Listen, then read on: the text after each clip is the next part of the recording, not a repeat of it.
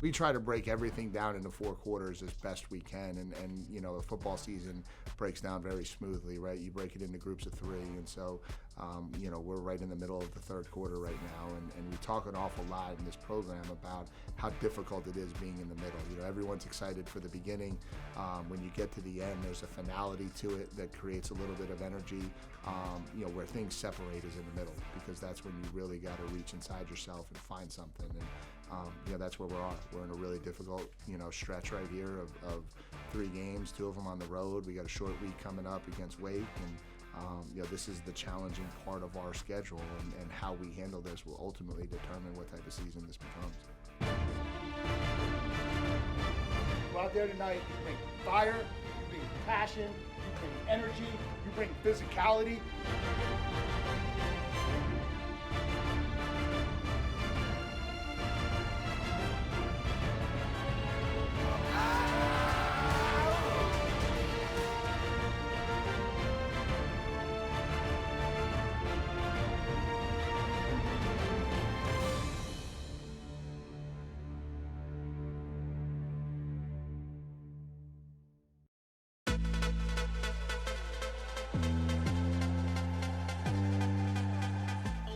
From Tallahassee, where nearly 80,000 have gathered at Doak Campbell Stadium for the marquee matchup in the country.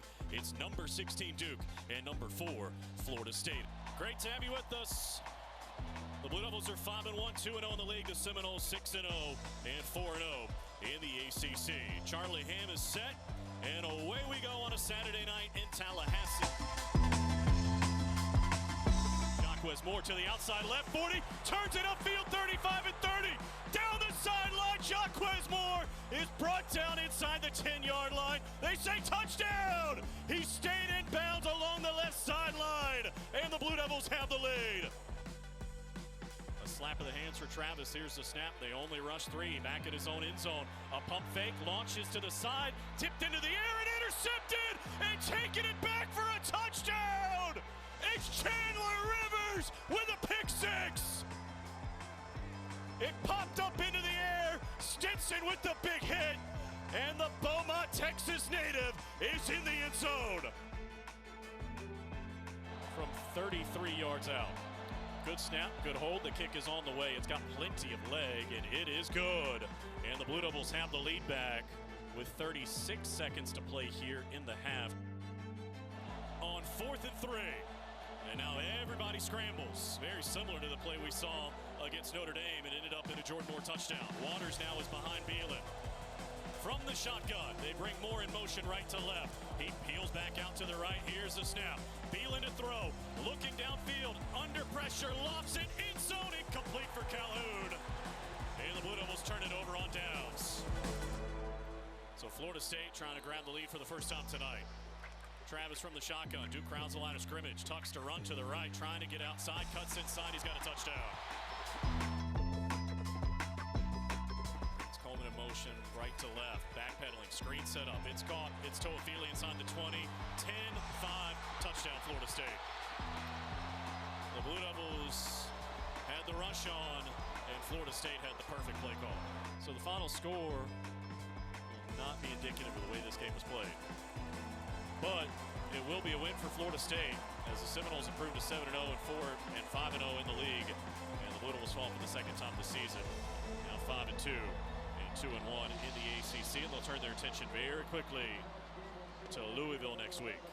Obviously, I think for 3 quarters we went toe-to-toe in a heavyweight prize fight and came out on top, and then got into the 4th quarter, and I think it really was a sequence of events that just didn't go our way, and the game kind of got out of our grasp. I think obviously the 4th and 3 was critical, not converting that into a touchdown, and then the ensuing drive we allowed 3 third down conversions, and that ends in a touchdown, and that puts us behind, and then we can't muster a response on either side of the ball from there on out. We go 3 and out the next time on offense, and then they put the drive together and go up 2 scores. And at that point, you know, you start chasing the game, and that was never the situation we wanted to be in down there.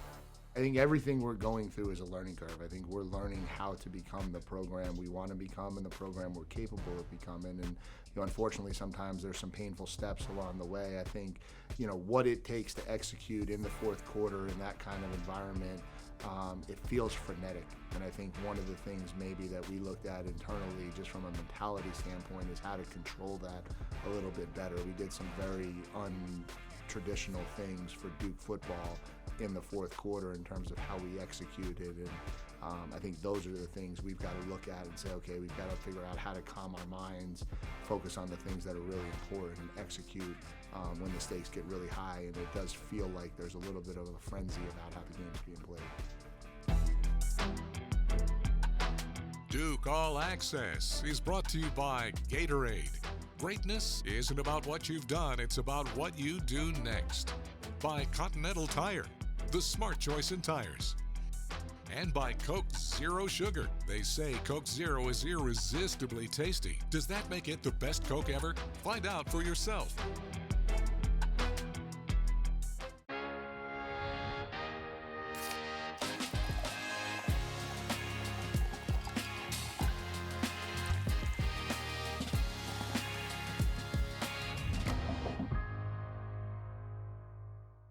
You can feel confident Continental is the smart choice in tires. Can they handle extremes? Yep.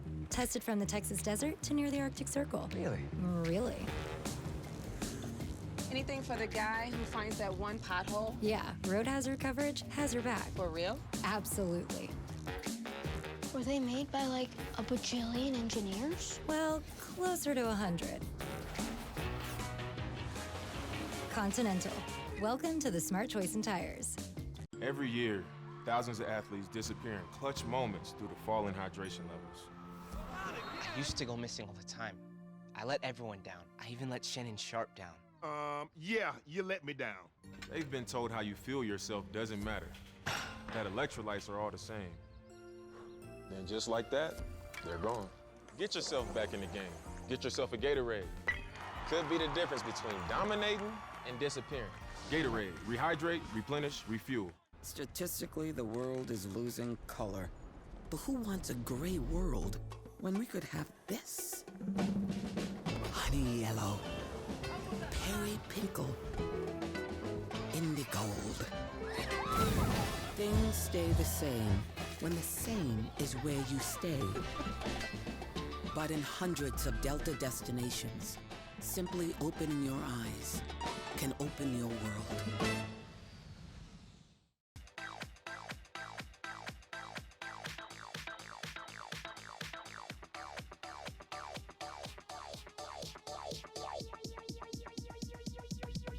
I need to try it first. Jacquez Moore to his left. 3 wideouts to the right. Here's the snap. The give to Moore running right. Chasing to the edge inside the 5. And he's in! Touchdown! Jacquez Moore with his first of the season. And it's 19-7 with 10:33 to go. Jacquez Moore just turned on the Jets. It's a foot race, plain and simple. And he outran the Clemson defense to the far pylon. No pursuit off the backside, and the front side linebacker couldn't even get there. Jacquez Moore in the backfield now on 2nd and 10. He's got the football, tries to bounce it to the edge, gets around the corner. Cypress couldn't corral him. Down the sidelines, running toward the pylon. Touchdown, Duke! 42-yard strike. The defense comes up huge on 4th down. The offense draws first blood. Surreal. So, and it's just because I was a huge Clemson fan in high school, and then growing up, you know, the Florida State-Florida rivalry, I kind of grew up around it. So, you know, just being in that atmosphere, being in that moment was just something that I, you know, kind of waited for my whole life to showcase that, you know, I belong here. I deserve to be here, and, you know, just in front of like all my friends and family that came to the game, it was just, you know, such a surreal moment for me. We're relying really heavy on our running game right now, and part of that is because of how efficient it's been. I think we've done a really good job of running the football. You know, Jordan Waters and Jacquez Moore have had their moments where they've been able to carry us in the run game. Jordan Waters obviously has done a really good job the majority of the season, and then all of a sudden we go down to Tallahassee and, you know, Jacquez Moore goes off and has over 100 yards in the first half. And so I think those two guys complement each other really well. I think they're playing the game at a really high level right now, and you know, for everything we haven't been able to execute in the passing game, a big part of it is because the running game has been really efficient. You know, it's hard to get away from that. You know, I just think it's a confidence booster to the rest of the team as well, you know, knowing that no matter who we play, no matter who steps in front of us, you know, like, we're gonna rush for 200 plus, 150 plus, you know, whatever our average is, like, we're gonna attack that, and, you know, and I think that just gives, you know, people in the program confidence, you know, because it's like, if you can't do anything, but you can run the ball, then you definitely have a chance, so. We're going through some things right now, and we're just not in sync and in rhythm, and I think the biggest thing to passing game is rhythm, and we've got to find a way to get back to that. And, you know, obviously part of that is the teams we're playing. You know, teams we're playing have done a good job of contesting us and getting in our face and challenging everything and making it really hard for us to get into rhythm. And, you know, going in and out at quarterback is not an ideal situation to be in rhythm, and we've got to do a better job as coaches of putting them in better positions to be successful. And I think that's something, obviously, that's we're efforting consistently to try to find ways to get this thing uncorked, because we need that. We're going to need to be able to throw the football more efficiently down the stretch here. Moore is wide open! Touchdown! 9:17 to go! Tied at 13. The formula that we have for winning football is etched through what actually wins and loses football games over time. And so, you know, when you lose in the red zone 24-3, when you don't convert third downs and keep drives together, when you don't make plays on defense on third down and get off the field, those things create problems. And then the next thing you know, you're in the fourth quarter and you don't come out on top. And that's how you lose football games. And so what we've got to look into is the whys. Why did all of those things happen? Why didn't we get the job done in the red zone on both sides of the ball? And you know, kind of strategically come up with better answers and better solutions moving forward. I thought we started the game well. You know, we were physical and we were executing, and I just think, you know, starting that fourth quarter, you know, there was just, you know, lack of execution. You know, we knew it was going to be a loud environment.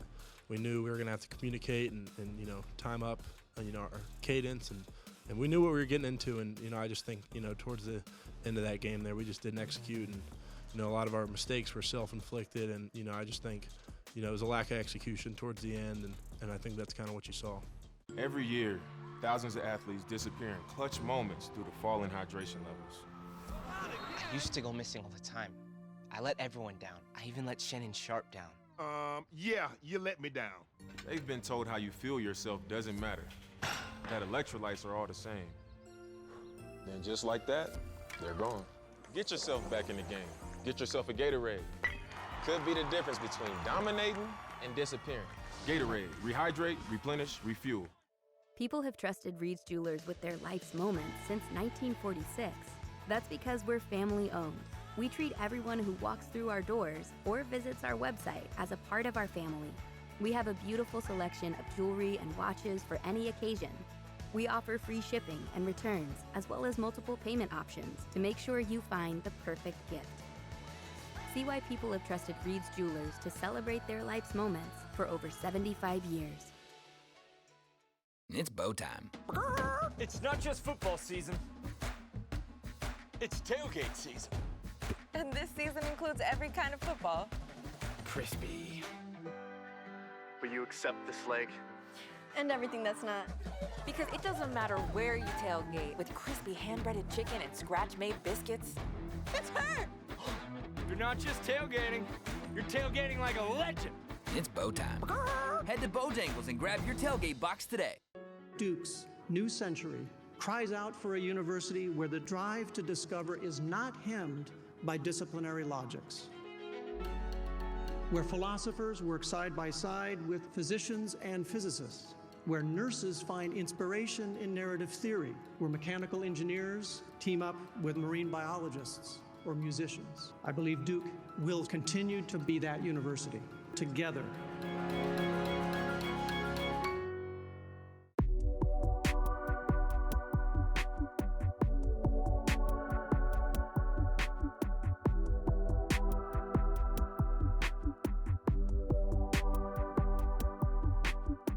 When I first got here, I definitely knew I wanted to do engineering, but was a little skeptical at first. I didn't quite know all the math, all the physics, and all that kind of stuff I was gonna have to do.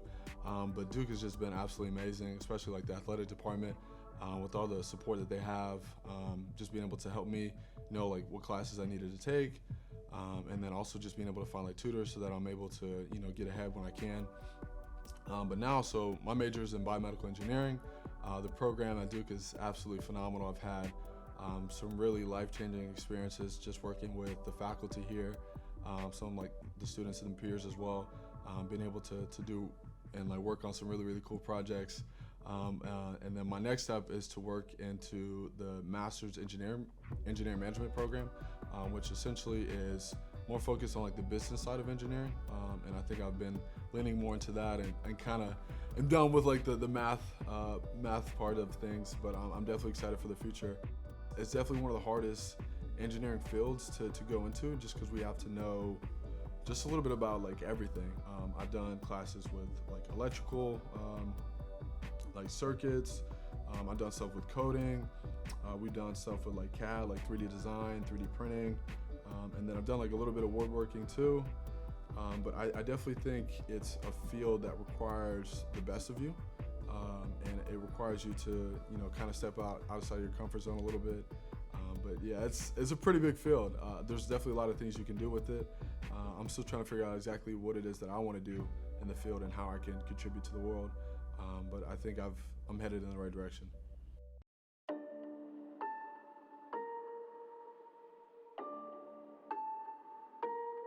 A startup idea I created, I think, almost a year and a half ago. It's been a lot of fun. I started out just by like brainstorming different things. I ended up like creating this 3D, kind of like a little LED light box that kind of lights up. You can control the LEDs from your phone and your app. Super neat, and definitely something I'm really proud of. It's called Infinity Portal. I found a way to create like this really unique kind of tunnel lighting effect with the LEDs. So it looks really cool. And then like I said, like there's an app that you can connect to the LEDs. So in real time you can, you know, change the color. There's different like presets, different modes. You can connect like your Apple Music playlist.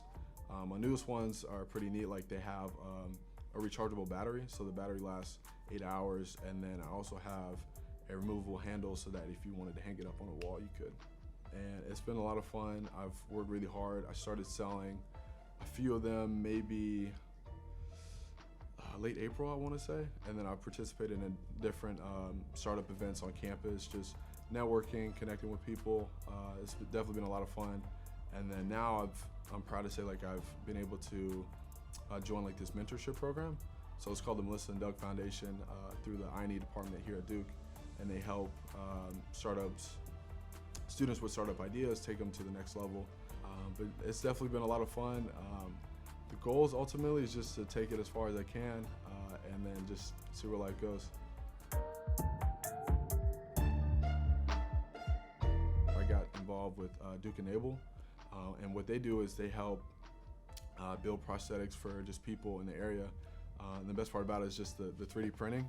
And so you're able to, you know, meet a client, figure out what their needs are, and then a couple weeks later you're in the lab space together and you're coming up with different plans, different schemes with students from like all different fields. So it's not just engineering students. And that was, you know, a really unique experience for me because we got to make basically like a prosthetic like shooting hand for a kid who wanted to play basketball, and that was one of his dreams. So that was really fun. Biomedical engineering, especially at Duke, is one of the best in the nation and in the world, and I think being able to come here, play football at a high level, and then also compete in the classroom with some of the best students in the world has definitely been a blessing and has helped make me so much of a better person and student. Coleman straight ahead, huge hole inside the 10, the 5, into the end zone, touchdown! Wow!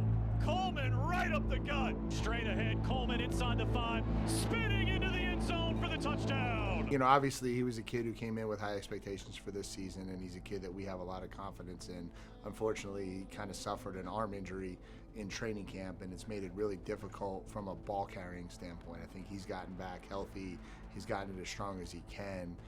He just got a little bit behind in the pecking order at carries, but starting to bounce back, was able to get out on the field in Tallahassee and get some good carries under his belt. And I look forward to him having a really good, strong finish to the end of the season. Jalen Coleman, him just being in my corner always, just reverting me. Whenever I get mad, he comes and talks to me, calms me down. We talk it out, and it feels good to actually see him get back into the rotation. I think our running back room is better when we have three dominant backs that can tote the ball, and just to see him get back and to see him actually, get to his normal self, it's been great to see, and I can't wait to see what he does for the rest of this season. Extremely mature in how he's handled it. Obviously he's working really hard in practice. He's trying to rehab. He's trying to get his muscles as strong as he can so that he can go out there and play the game the way he wants to. And I know he's been really diligent in doing that. And like I said, I think it will pay off for him down the stretch here.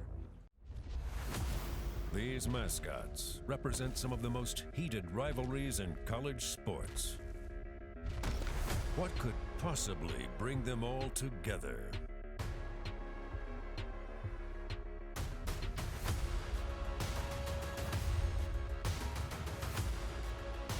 Everyone agrees on the best team in smart home security. CPI.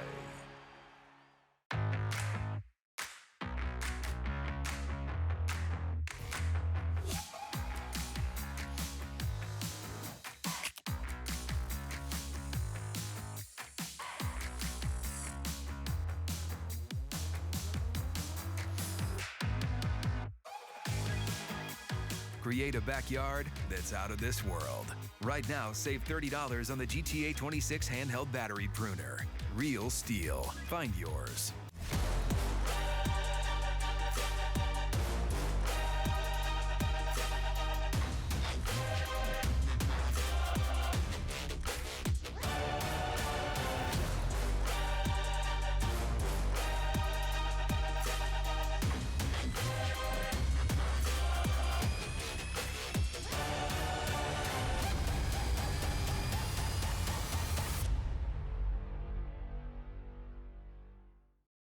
You can feel confident Continental is the smart choice in tires. Can they handle extremes? Yep. Tested from the Texas desert to near the Arctic Circle. Really?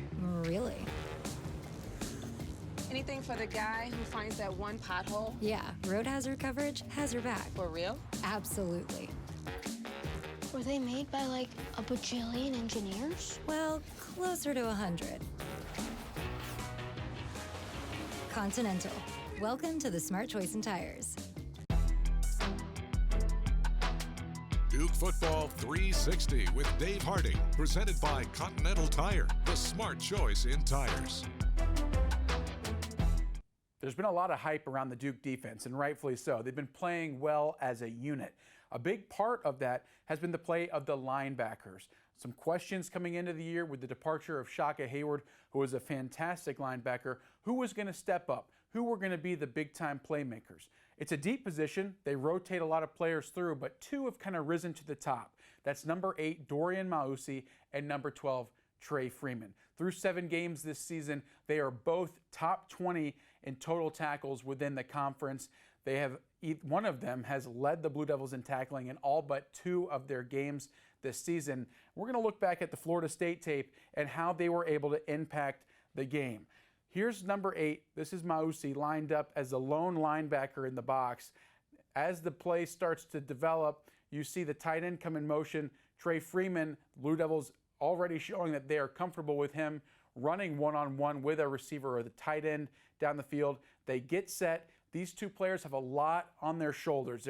They're being asked to make sure that the entire defense gets set appropriately, and then they have to identify as the play is playing out what's going on. Well, you see at the snap, Mausi takes a little hop step, watching what the backfield action is, and he's able to diagnose immediately that it's going to be a screen. Just from watching tape, seeing what the linemen are doing at the release, and watch him, as soon as he identifies that, get down the field. There he goes, able to run through the potential blocker of the left guard, the offensive line, gets through that for a tackle for loss. If he doesn't, let's take a look at what Florida State kind of has set up.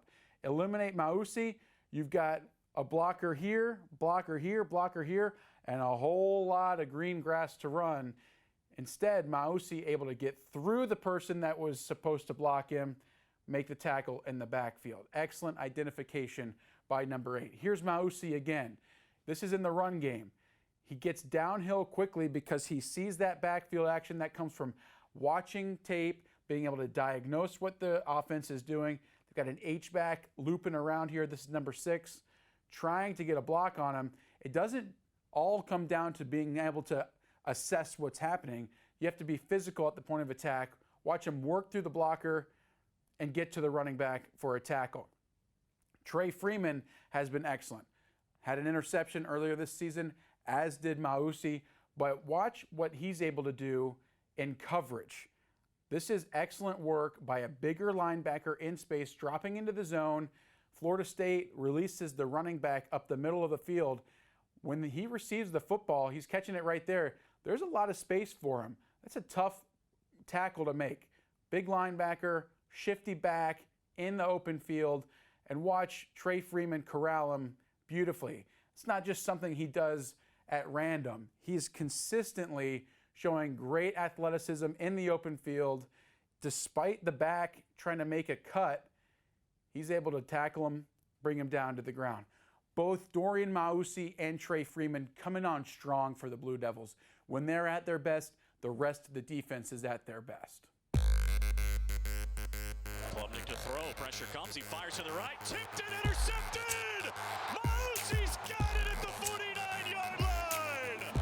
A third turnover here in the second half for this Duke defense. Yeah, threw into double coverage, tipped up into the air, and Mausi playing some conservative defense a little bit deep out of his linebacker position, right in the perfect spot to scoop it up. What a time for your first career interception. Shotgun, Morris to throw. Pressure comes. He steps to the left. Now he's in trouble. Fires, and it's intercepted. Freeman at the 30. Down the right sideline. Cuts to the middle. 15. Freeman trying to get inside the 10, and he's brought down as he got to the 8-yard line. It'll be first and goal as Freeman has his first career pick. In order to be successful on defense, you got to be successful at every level. I think that's something we talk a lot about because, offensively you can hide your weaknesses. Defensively, you can't. Where you're weak is where they're going to attack. And so it's really important to be strong at every level. And I think, there were some questions about us at linebacker coming into the year, losing Shaka and what would happen. And I think guys have answered the bell. I think you look at what Dorian Mausi has done, stepping up his game this year and the level that Trey Freeman's playing at right now. And I think those two kids are playing at a really, really high level and giving us what we need.